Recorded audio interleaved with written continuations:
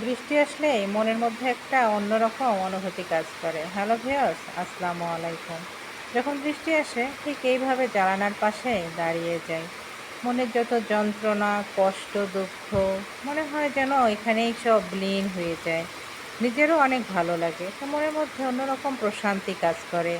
যাদের খারাপ লাগবে বৃষ্টি আসলে ঠিক জানালার পাশে দাঁড়িয়ে হাত বাড়িয়ে দিবেন। দেখবেন কত ভালো লাগে, এই ভালো লাগাটা অন্যরকম। অন্ধকার হইলেও এই বৃষ্টির যে শব্দ, বৃষ্টির যে ছন্দ, তার যেন এক অন্যরকম ভালো লাগা।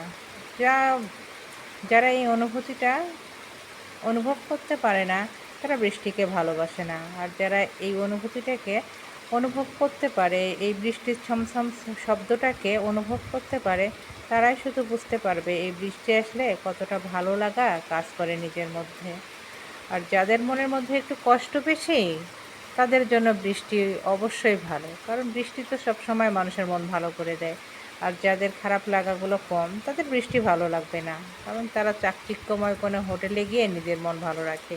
আর আমাদের মতো যাদের মনের মধ্যে হাজারো কষ্ট লুকিয়ে থাকে, তারা ঠিক এইভাবে জানালার পাশে দাঁড়িয়ে নিজের মন ভালো করার চেষ্টা করে।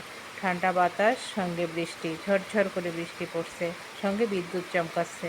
তবুও ভালো লাগা কাজ করছে। মনে হচ্ছে যেন এখানেই দাঁড়িয়ে থাকি। এই রাতটাও আজকে অন্যরকম লাগবে। গরমটাও পরে কম হয়ে যাবে। মনের মধ্যে একটা আলাদা শান্তি কাজ করবে। সবসময় বৃষ্টি আসলে আমার শান্তি শান্তি লাগে।